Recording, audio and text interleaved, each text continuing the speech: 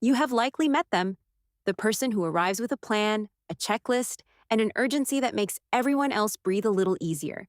They are the fixer, the rescuer, the one who smooths wrinkles in other people's lives as if ironing were a moral duty. It can feel noble, it can feel necessary. But beneath that competent exterior often lies something less obvious, a pattern that obscures deep, unresolved parts of the self. Fixing isn't always about kindness. For many, it becomes a diversionary strategy.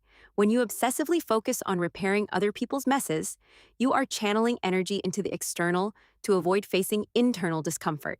The frantic drive to control outcomes, to make others whole, or to be needed can mask feelings you'd rather not meet. Fear, shame, envy, emptiness, or a sense of helplessness. It is easier to be useful than vulnerable. It is simpler to problem solve someone else's chaos than to sit with your own silence. Imagine a lake with a storm beneath the surface. The fixer spends all their time adjusting the boats tied to the shore, making sure passengers are calm while ignoring the riptide pulling at their own ankles. The rescuer's labor is often rewarded. Appreciation, validation, identity.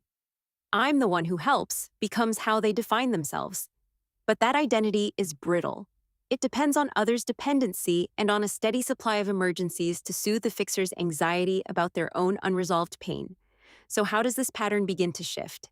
How do you redirect that restless impulse inward, using the same resourcefulness and compassion you display for others, but applied to your own healing?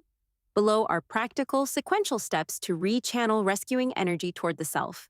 First, cultivate awareness. Start by noticing the urges. When you hear yourself jump into problem-solving mode, pause. Ask quietly, am I trying to fix this because it needs fixing, or because I want to avoid feeling something inside me? Keep a simple log for 2 weeks. What you fixed, how you felt before and after, and whether you felt relief or avoidance. Awareness does not judge. It reveals patterns. Second, create boundaries. Limiting how much you intervene is not selfish. It is wise. Set small, measurable rules.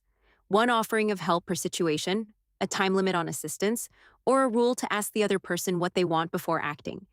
Boundaries create space for others to grow and for you to notice what rises up when you step back. Third, designate your attention. Channel the impulse to act into self-directed tasks. Replace one rescue per week with a personal practice.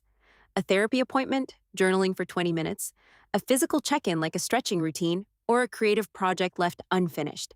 Treat these commitments as non-negotiable. They are the experiments that reveal your internal weather. Fourth, learn to tolerate discomfort. Rescuing often dissolves when you can sit with uncomfortable feelings without needing an immediate fix. Use breathing exercises, mindfulness, or a short pause. 30 breaths, a walk, or a single page of writing to practice staying present with unease. Each tolerated moment is a small victory against automatic rescue. Fifth, seek reflective support. Work with a therapist, coach, or trusted friend who can mirror back your patterns without enabling them. This support helps disentangle motives. When is help helpful, and when is it a mask for avoidance? Finally, cultivate identity beyond utility. Explore values and activities that aren't about being needed.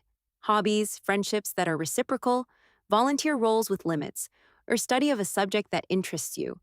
Gradually, you will notice your self-worth expand beyond the role of fixer. Shifting from rescuer to self-care is not a single heroic act, but a series of small, honest choices. Each time you redirect your energy inward, you learn to face pain rather than outrun it. The boats on the shore will still need attention sometimes, but tending your own lake makes you steadier, calmer, and ultimately more genuinely helpful. When you choose to help, it will be from a place of fullness, not escape.